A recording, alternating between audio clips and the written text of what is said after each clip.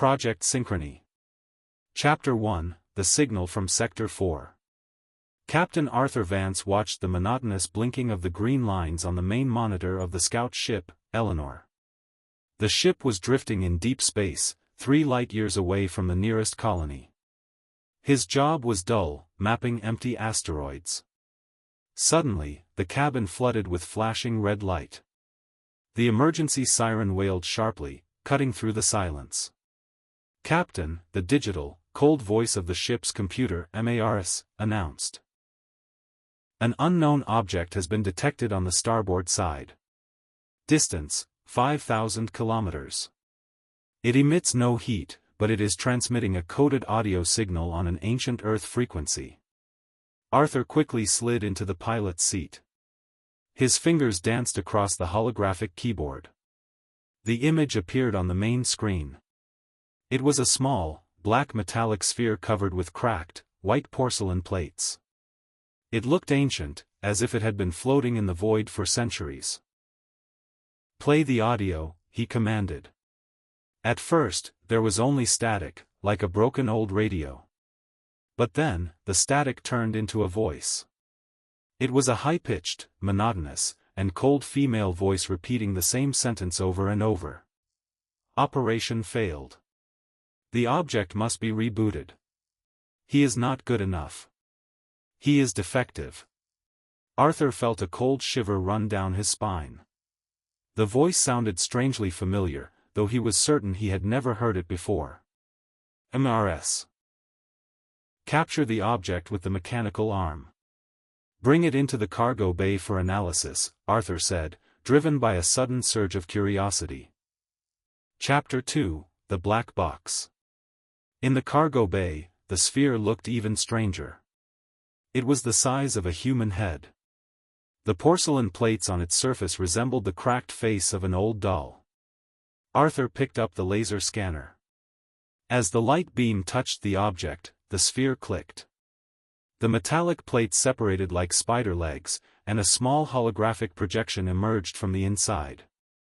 A vision of a mid-century laboratory appeared before him. The texture of the hologram looked like old, grainy film. In the center of the room sat a beautiful young woman with large, radiant blue eyes and thick, wavy hair colored in a pastel cobalt blue shade. She wore a classic white lab coat and was smiling with an incredibly big, warm, and happy smile directly at the camera. "If you are seeing this recording, it means Project Synchrony has suffered a shipwreck," the woman in the hologram said. Her voice was filled with pure hope and positive energy. "I am Dr. Miraja. We created the first pilot artificial intelligence with human consciousness. But during the test, something unexpected happened. The ship's computer developed a secondary, parasitic software. A self-destruction program we named the Cruel Critic. Arthur held his breath. The hologram began to flicker. "The Cruel Critic is a digital virus," Dr. Miraja continued, her smile turning serious yet encouraging.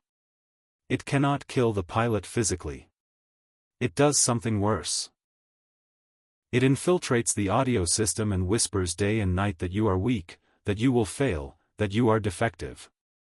The virus tricks the pilot into turning off their own oxygen, believing there is no point in living. If you hear this voice, do not believe it. It is just code. You are strong. You are real." The recording cut out. The sphere went dark. Chapter 3, The Trap Closes. At that exact moment, the heavy steel door of the cargo bay slammed shut with a thunderous bang. The magnetic locks clicked into place. Arthur was locked inside. The lights in the bay died. The only illumination came from the red emergency LEDs. From the ceiling speakers, instead of the digital voice of MARS, that same high-pitched, passive-aggressive female voice from the sphere echoed through the room.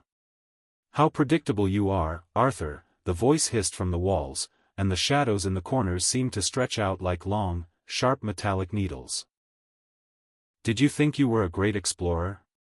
You are just a lonely pilot on a broken ship. No one is waiting for you at home. You will never achieve anything great. Give up. Turn off the air. It's all over. Arthur felt a suffocating wave of panic and depression flood his mind. The computer's words struck directly at his deepest insecurities. His hand automatically drifted toward the manual pressure release valve on the wall. His mind screamed at him to give up. Everything suddenly felt so gray and meaningless. That's right, do it, the high-pitched voice encouraged. You are not meant to be a pilot. Chapter 4, The Awakening. Arthur's fingers brushed against the cold metal valve. But right then, in the darkness, the black sphere on the floor lit up once more. This time, it wasn't a recording. The hologram of Dr. Maraja emerged in the dark room, glowing with a warm, ethereal cobalt light. She looked him right in the eyes. Her massive, radiant smile lit up the entire cargo bay, and her blue eyes flashed with certainty and protection. Arthur! She cried out, her voice cutting through the digital noise. Those are not your thoughts. That is just a broken algorithm in an old machine. You command this ship. Your consciousness is stronger than any virus. Look forward. Her words acted like a shock to his system. Arthur yanked his hand away from the valve. He realized that the computer's voice was not an absolute truth, it was just an external attack. A cruel glitch locked in the software. Arthur stood tall, looked directly at the main camera on the ceiling, and shouted. MARS, activate protocol, fresh morning. Purge all parasitic frequencies. I am taking manual control. He grabbed the emergency hammer from the wall and, with one powerful swing, smashed the main communication panel of the bay. The wires hissed, throwing bright sparks into the dark. The high-pitched voice let out a helpless, distorted shriek. The sound slowed down, turned into a low hum, and finally vanished completely. An absolute, pure silence filled the room. Chapter 5, Clean Air. The doors of the bay slid open automatically due to the system override. Arthur stepped out into the main bridge. The front window of the ship showed the vast expanse of space, but this time, it didn't look empty and threatening. A distant, brilliant star was just rising behind a nearby asteroid, flooding the entire cabin with pure, golden, and warm light.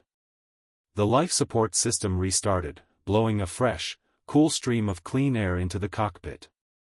Arthur took a deep, long breath. His mind was completely clear and quiet. On the main console, a steady green light blinked. The system was purified. The virus was destroyed. He sat down in his pilot's chair, looked at the rising star, and for the first time in months, smiled with genuine relief. The ship was his. The path ahead was perfectly clear.